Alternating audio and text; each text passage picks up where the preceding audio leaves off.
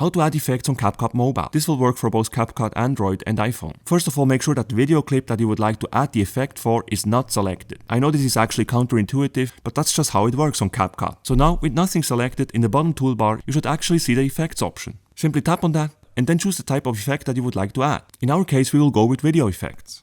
And you can then see all the awesome effects that you can add to your video clip. The ones that say Pro in the upper left corner are reserved for CapCut Pro users. So if you're just using the free version of CapCut, you can only use the ones that don't have this Pro. To add an effect, now simply tap on the effect that you would like to add. In our case, we will go with Black Flash 2.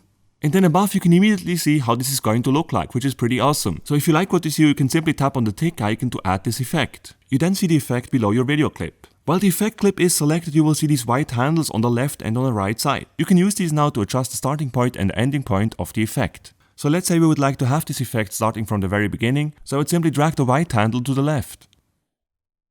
And now when we play back our clip, you will see that the effect starts from the very beginning of the video clip. Awesome. If you would like to remove an effect on CapCut Mobile while it is selected, in the bottom toolbar simply tap on delete. And this is how you add effects on CapCut Mobile, be it on an Android device or on an iPhone. If you would actually like to know how to make great use of effects on CapCut Mobile, then make sure to watch the next video on my channel.